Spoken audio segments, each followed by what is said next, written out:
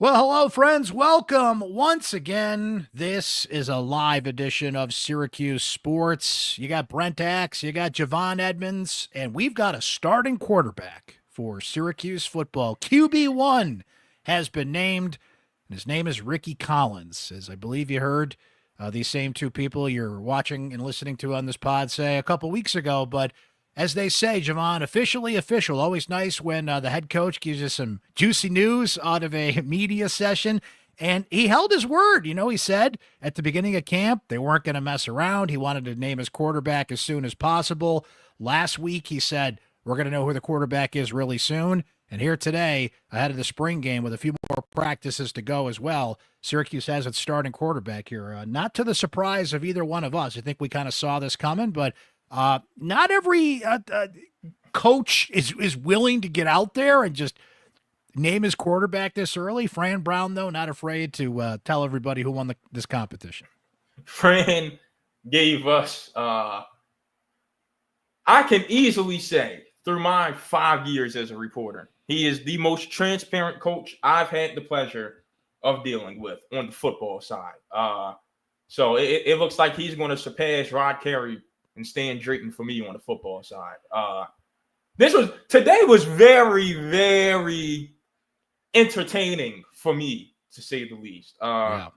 You know, first with Richard Ubaldo Jimenez Collins Jr., you know, great when you can get starting quarterback news. And then, you know, I said, what was it, last week, 2 weeks ago, that I can really see Jakari Williams earning that QB2 spot, and Fran said he's squarely in the mix of that competition. It seems like it's down to him and Michael Johnson Jr. Gave us the Wohlabaugh news today.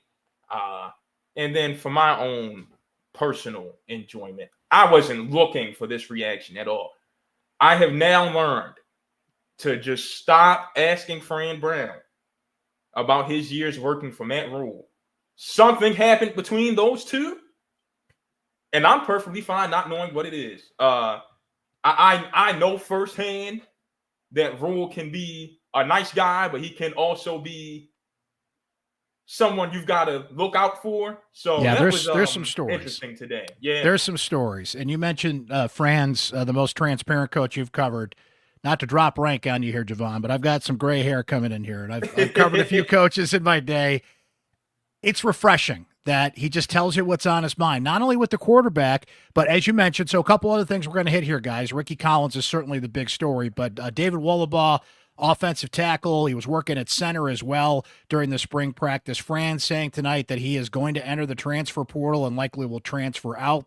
Fran said there's no hard feelings, not a playing time issue. He's just kind of looking for a change. Wohlabaugh's been out of the last 3 practices, so we'll listen into what Fran said about that and a little on the offensive line. But he was transparent about that. You know, like the first 10 seconds, he was starting to go into like a coach speak, but he's like, I'm not going to lie to you. Here's the deal, right? So it's refreshing when you have a coach that tells you what's going on with this team. And I know that I appreciate it from a media perspective, and I know that the fans certainly appreciate it. And that's what we hear so much, Javon, from the recruits and the people that have that interaction with Fran is how real he is, right? And how direct he can be. And, you know, he certainly was that tonight. So Rickie is QB1. One of the first pods we did here during spring practice was the theme of it was basically, is this race already over? I think we saw a lot of qualities in practice that Rickie stood out as QB1. Certainly you don't go into the portal and pay Rickie Collins what you're paying Rickie Collins, which all told, with all the benefits that come with being QB1, could end up being over $1 million.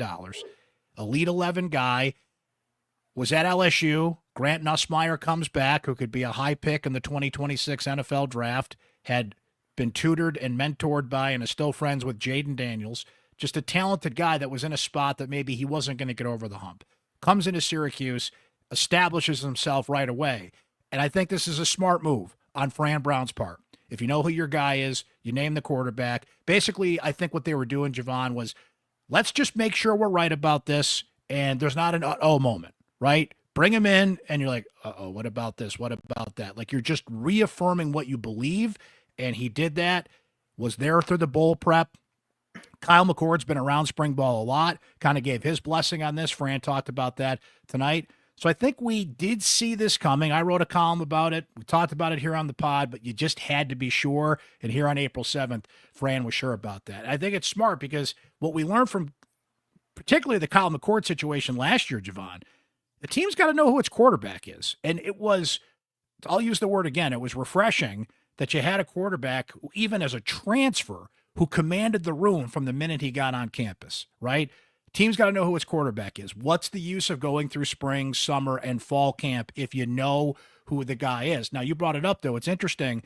Fran said that battle for QB2 is going to go on through spring and summer and even a bit of fall camp. But this team knows who their starting quarterback is. They know it's Rickie Collins. But let's just kind of backtrack here, Javon. From what you've seen, what you know, everything to this point, why is Rickie the right choice to be QB1 in your eyes? So it starts with before he even ever stepped foot in Syracuse. I had alluded to this. Probably my first time coming on the podcast was LSU has turned into a quarterback factory. Yeah. And he was the heir.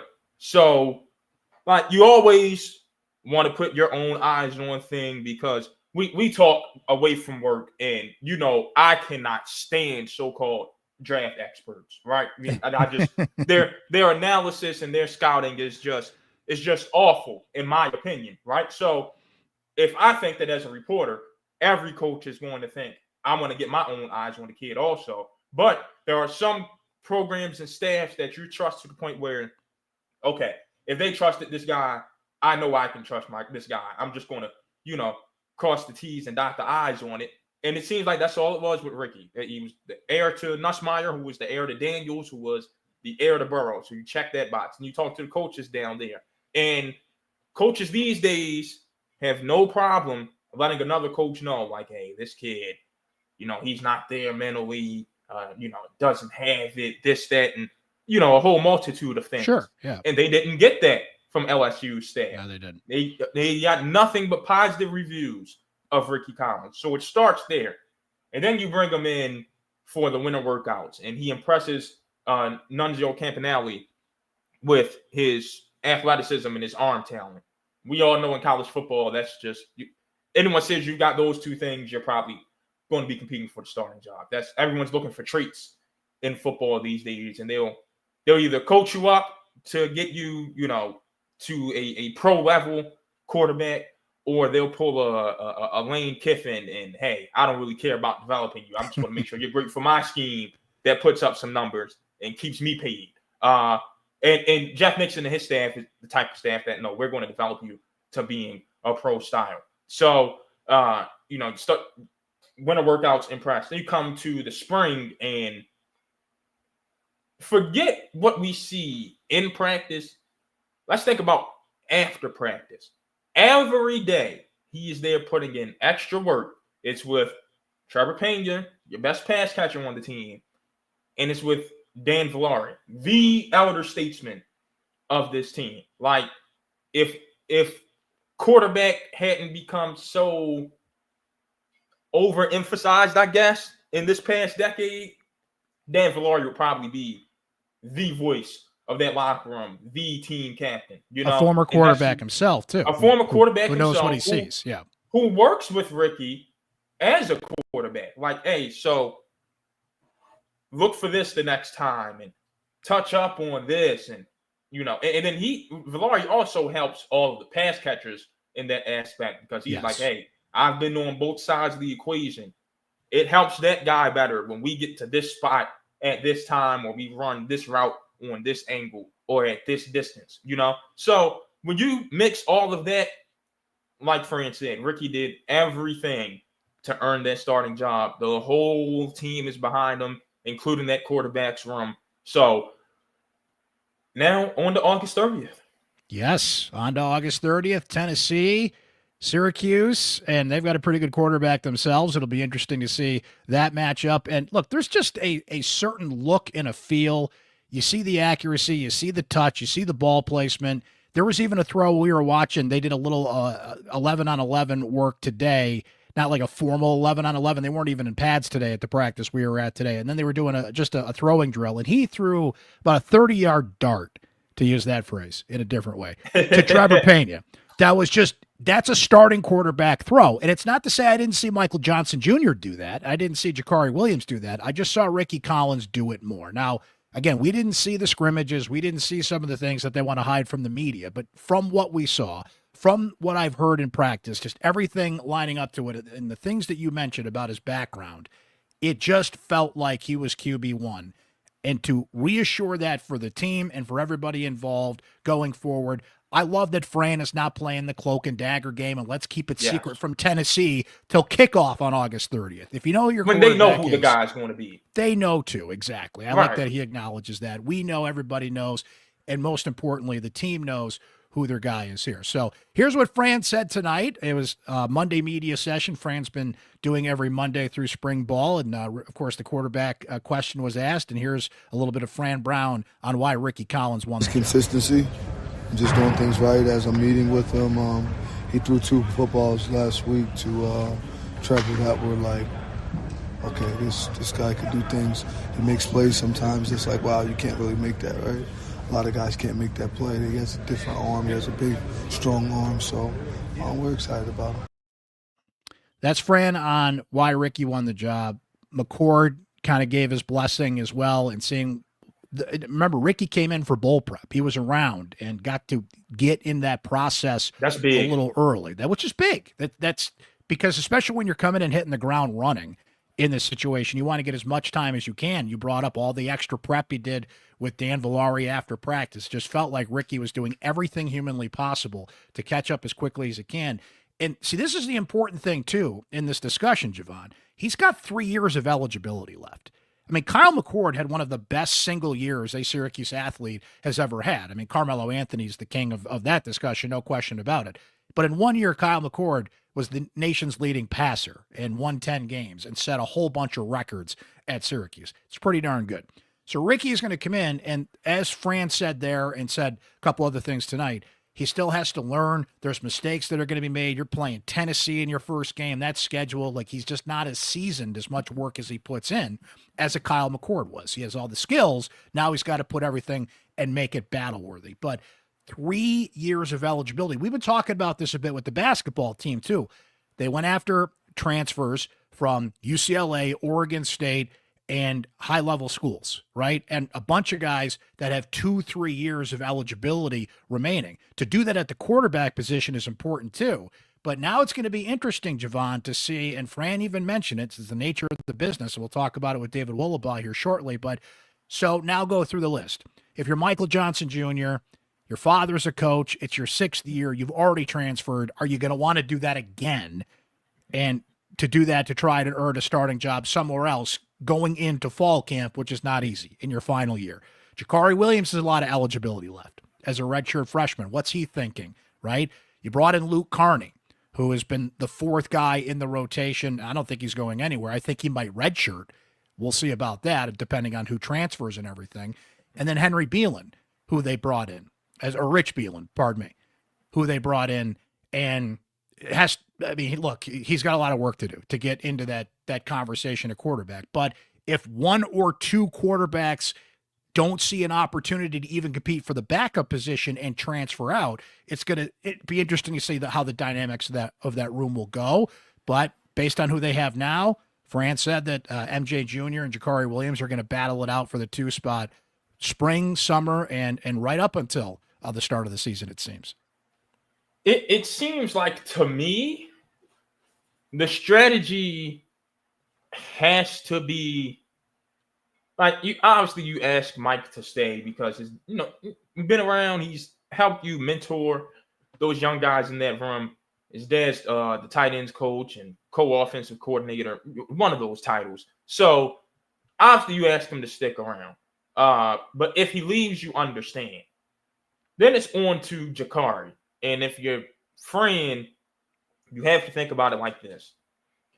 As confident as he is in himself and as good as the team did last year and as invested as it seems that Wild Hack and the administration of the university are to sports, there is still a possibility that someone can pay Rickie more than you can next year. So regardless, you need Jakari Williams on the team. this season. Now, if no one steals Rickie from you, then if you're Jakari, you talk to your family and you're like, hey, it's got to happen for me this year or it's not going to happen. And maybe that's when you start having that conversation to transfer out. And if you're Syracuse, you feel okay because you got your guy of the now in Rickie, and you have so much confidence, and not just you, his teammates also have so much confidence in the IQ of a young guy like Luke Carney that you feel good about him being your backup in, what would that be, in 26, you know? So it is crazy that this is the conversation surrounding college sports right now. I would have never thought this 10 years ago. I'm not going to be some curmudgeon that complains about it. Like, hey, coaches, we see them pick up and go all the time. Players have the right to do the same thing, for the best opportunity for them and their families because they're still trying to earn a paycheck at the end of the day. You know what? I'm sorry to interrupt you, but if anything, this popped in my head, Javon. Jakari Williams might be in the same spot Rickie Collins was in at LSU. Like, you're just not going to beat out QB1, but you're good enough to be a QB1 somewhere else. Yeah.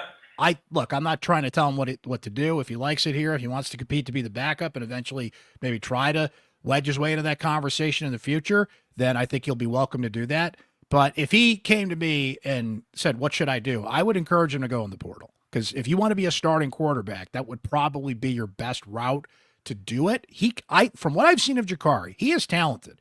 Maybe something's holding him back, that he just hasn't quite gotten over the hump in game situations. We've seen a little bit of him in teamwork, and his decision-making and timing have to come together. But again, he's still a redshirt freshman. This is somebody that not everybody comes out of the box as game ready as a Rickie Collins is coming in his young career, right? So that'll be fascinating to see what happens in that quarterback room going forward. If he sticks around, great. That's depth that you need. You never know when quarterbacks go down. Last year, Syracuse was blessed to have a quarterback go the distance with Kyle McCord. But before that, Javon, every quarterback for a decade either went down due to injury or was replaced by performance at Syracuse. So, I mean, you do need a quality, capable backup. MJ Jr. was that last year, and it would appear to be the case again this year. So, lots of juicy quarterback talk here. Yes, and in the middle of April, you gotta like. Yeah, and for Jakari, I would say you mentioned timing.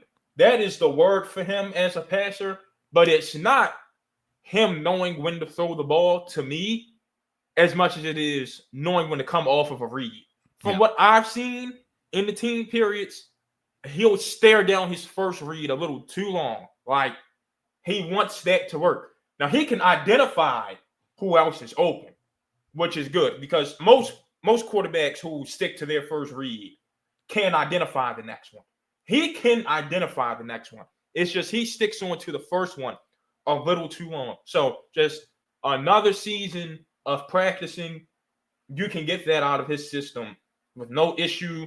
Maybe if you don't make the playoff, you talk to Rickie like, hey, let's give Jakari a chance to play in the bowl game in case he wants to enter the portal and show guys show teams what he has. And maybe he's ready by that point. But I think Jakari has a bright future as a quarterback in the FBS level at that. So that was the big news tonight, that we got QB1. But there was another pretty big news drop from Fran Brown, and I'll let you listen to him right now, tell you exactly what that is, but it has to do with offensive tackle David Wohlabaugh. I just feel uncomfortable, and it seems like really weird. David probably won't play with us this year, right? He's thinking about going into the portal, so I ain't got time to be sitting here lying to nobody. He's thinking about going into the portal because of just what would be best for him, right? A comfort and happiness right now, and just at the moment, he wasn't extremely comfortable and happy, but a great kid, right? And we're hoping that after he goes and sees that he may want to come back because he's a legacy and a really good football player and got to play some time for us last year, but he may go into the portal, and just because of just want to find the right fit for him all around. Really intelligent kid, and it's about life after football for him. And we just want to make sure that he gets the right fit and he does what's best for himself. And it wasn't a playing time issue. He would have played here. He was taking reps at center, as a matter of fact, in addition to offensive tackle, a position he'd never played, by the way. Mark Petrie has never played center as well, so it's interesting how many guys are working in there. But that's what Dale Williams does on that offensive line. He wants the 5 best guys out there, regardless of what the title of their position is. But Wohlabaugh, the shame about it, Javon, is he's finally healthy. He's battled injuries the past couple of years. He was crucial for Syracuse last year, stepping in for Darius Weatherspoon at tackle. Spoon struggled a bit at tackle last year, and he's slated to be a starter again, so we'll see the improvements that he's made going forward here. But Wohlabaugh just would have been a great depth piece, and that's another clip that I have here from Fran that I want to take a listen to. He's pleased with the depth on his offensive line. Losing Wohlabaugh, and we'll see what they do in the portal to replace him, if at all. But losing Wohlabaugh is going to put a dent into the depth that Fran talks about. We're blessed to be deep on the line now, right? Yeah. Like before, that hasn't been an issue here in a long time. And we're pretty deep on the line. We're almost like 3 deep with guys that you feel comfortable with going in. Like, Byron Washington's in the mix. He's running with ones and twos. Weight's constantly dropping. So the fact that he can run around and move like that helps us a lot also. That's big Byron Washington he's talking about there. Of course, the freshman, all 6'8", 380 of you, 380 of him, Javon. But Fran just noted there they want him to lose a little weight, get more toned, which he's doing. He's in the training program, and he's a freshman working his way there. But losing Wohlabaugh, whose father, of course, played at Syracuse, played in the National Football League, was a great center at that position, is a legacy. And Fran said they would welcome him back if he wanted to. He's just looking for a different situation. So now we know why Wohlabaugh wasn't around for the past 3 practices. And the offensive line, Javon, it's the thing we get asked about the most from our Syracuse Sports Insiders and from our readers. It's also one of the hardest things. And from our editor, Nate Mink, as well, is very interested in what the offensive line's looking like, as are we. But Dale Williams likes to mix things around. And Joe Cruz had a great quote, and Chris Carlson writes our football newsletter, so you guys should certainly subscribe to that. Joe Cruz said the more positions you can play, the better odds are you're going to be on the field, right? So we've had a hard time putting the offensive line together because one day there's Wohlabaugh at center, the next day there's Petrie at center, and Joe Cruz is here, and then he's there, and Josh Miller's here, and then he's there. So that's what spring ball's all about. You see who your best 5 are, and they do have a little time to tinker with that to see left to right what the best combination is. Yeah, and so cross-training the offensive line is in these days, right? Because, believe it or not, offensive line coaches are getting paid these days. The more guys they can put into the NFL, the more highly sought after they are, especially in the Southeastern Conference and in the Big Ten. And that's just where you get that's how you stick around in the NFL these days. I'm a Ravens fan, unfortunately, my whole life through. That's been Patrick McCarry's whole shtick is he can play all 5 positions on the line, right? And every team has 1 or 2 of those guys at that level. So in the college ranks, not only do you want your best 5 linemen out there, which is one of the primary reasons why you cross-train all of them, but it's also you want to get those guys to the league for them and for yourself. And the best way to do that is to make sure they're versatile. So, he said Wohlabaugh, he had faith in him as a center and playing both tackle positions. So, like you said, they'd welcome him back.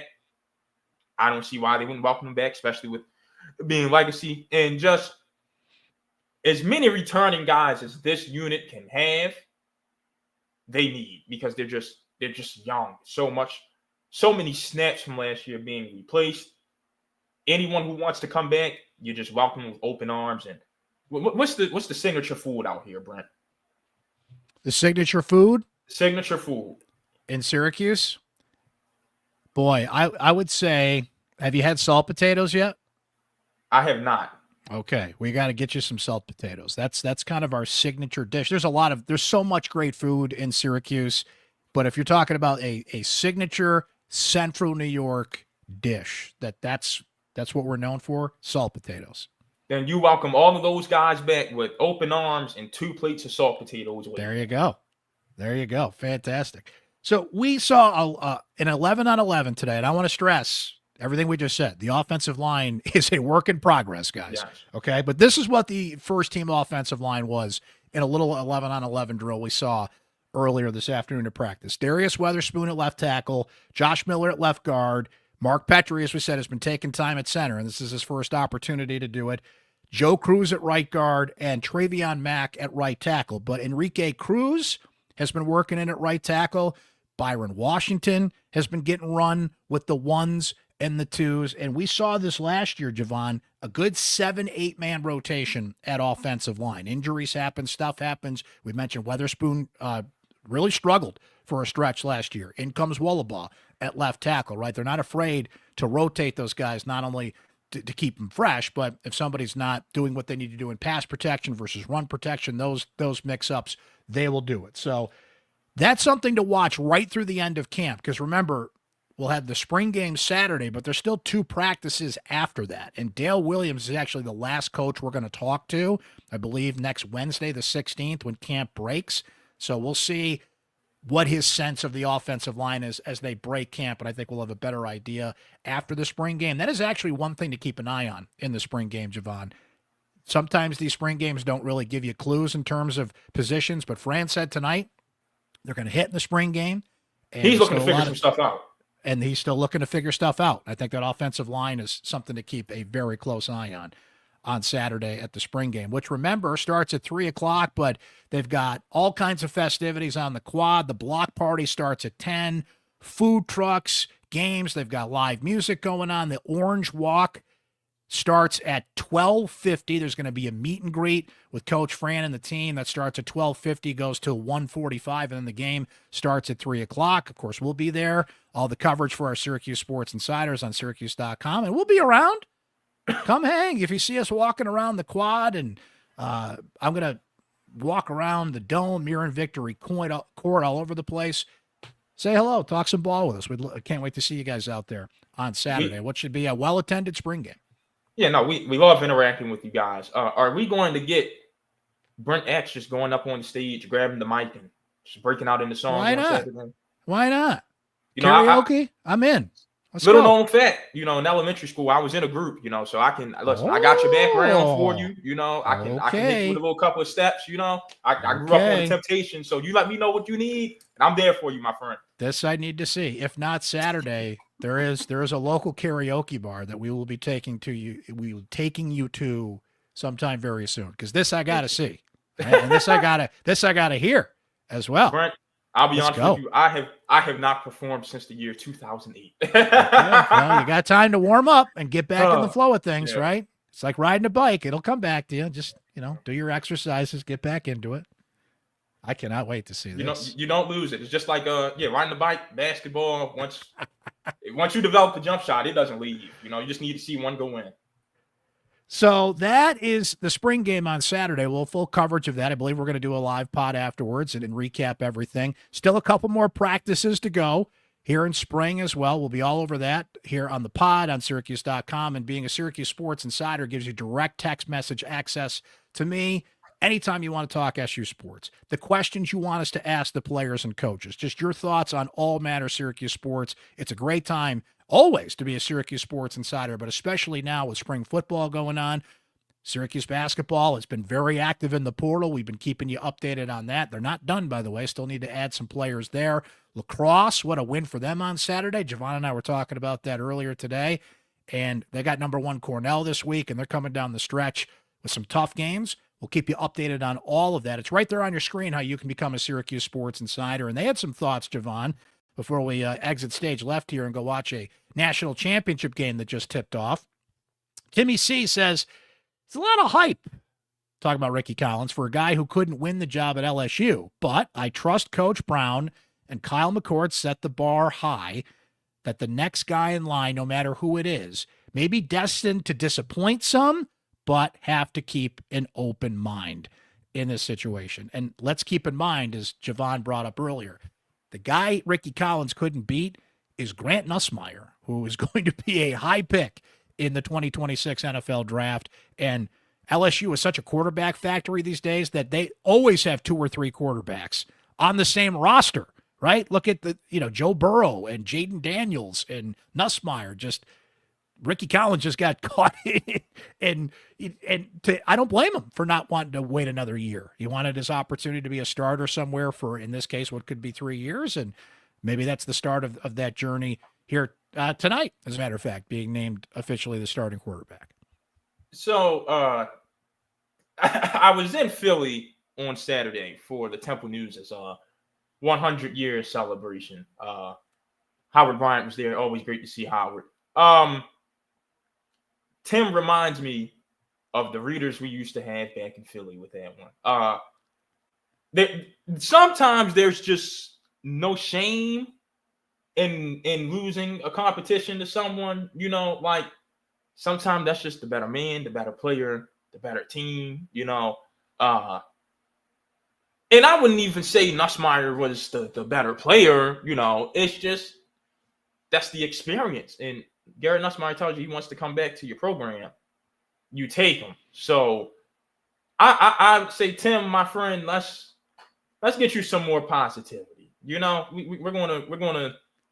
to encourage you to think more positively on this one. He did say, got to keep an open mind. I'll give him that. Yeah, you go. And Fran, we trust, right? And you know what? He does have a valid point here when he says it is hard following the guy. We've seen it.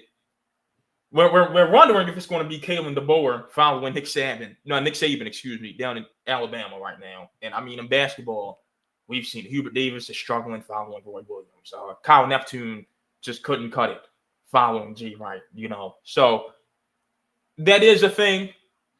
But hold on, wait until the fall to, start gathering those thoughts,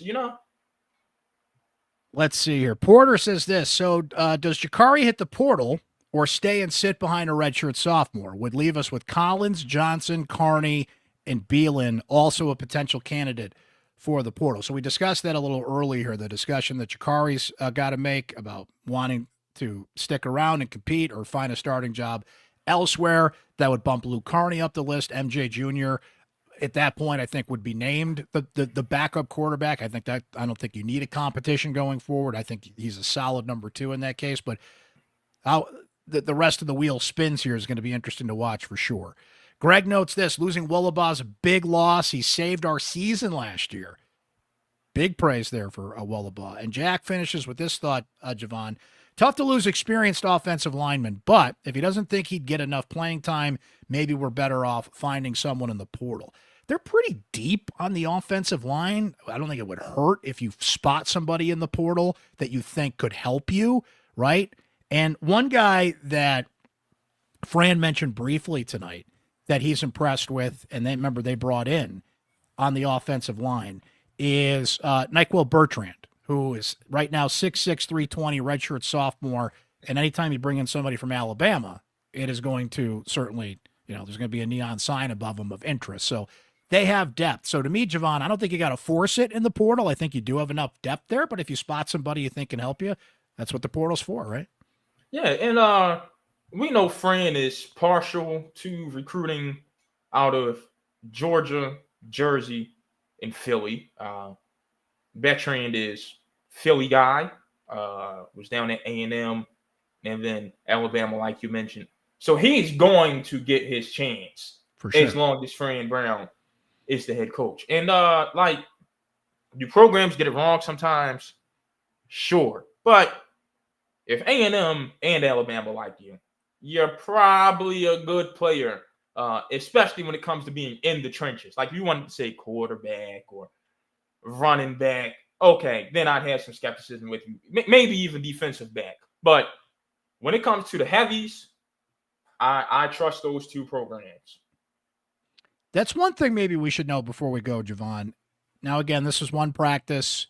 We had heard that Yassine Willis had a little bit of a hand issue that he was just kind of working through at practice. But it was notable that Jaden Hart was out there with the ones in the 11-on-11s. And then when they were going through some drills that we were watching, Rickie Collins was working with Jaden Hart, and MJ Jr. was working with Yassine Willis. Now, look, I think Willis is going to play. I think Jaden Hart's going to get on the field. Will Nixon, remember, is still in a green jersey, so he's not in those drills. But he is, as he recovers from his Liz Frank injury, I think he gets on the field. all three, when Jeff Nixon said earlier in camp that this could be running back by committee, Yeah. I believe him. I think they are going to figure out who's the guy. Getting all three of them on the field, and all three of them have their talents. Hart is the smaller, speedy guy. Willis, of course, is the thunder and lightning, the power back that can also, gain a little speed and can run some people over and is a terrific red zone threat. And Will Nixon's a great pass catching threat. We started to see him really develop last year before, unfortunately, he had that injury, the same one that Aronde Gatson suffered a couple of years ago. So just one of those little things to take note of that we saw at practice today, and we'll continue to see if Hart takes advantage of that opportunity and gets some run with the ones going forward here. Yeah. Javon, any other final thoughts before we depart and go watch a little basketball here? I think you've covered everything. There are two more practices until the spring game. We hope to see everyone, not to help Syracuse sell tickets, but to, meet our readers. It's always nice to have somewhat of a relationship with the people we serve, Absolutely. So if you see Javon and I at the Dome, and Chris, of course, stop, say hello. We'll be wandering around before the game. Free tickets, free parking. I don't think the weather's supposed to be that great Saturday, so sorry for those of you planning to tailgate. So what else do you have to do on a Saturday? But come to the Dome, watch a little spring football. Like you said, not to plug things for Syracuse, but that's where we're going to be, and that's where a lot of you are going to be. So we hope to see you there Saturday. I will be in touch with our Syracuse Sports Insiders on the text leading up to Saturday and during the spring game. Would love to meet up with you guys, so we'll be talking about that on the text line and keeping you updated on everything going on with Syracuse spring football as we get closer to the spring game starting on Saturday. That's going to do it, though, for this edition of Syracuse Sports. Thanks, Javon, as always. Thanks for you guys for watching and listening. Make sure you subscribe on Spotify, Apple, or YouTube, wherever you get your podcasts so you never miss an episode of Syracuse Sports. My name is Brent Dax. For Javon Edmonds, we will talk to you next time, guys. Enjoy the rest of your week.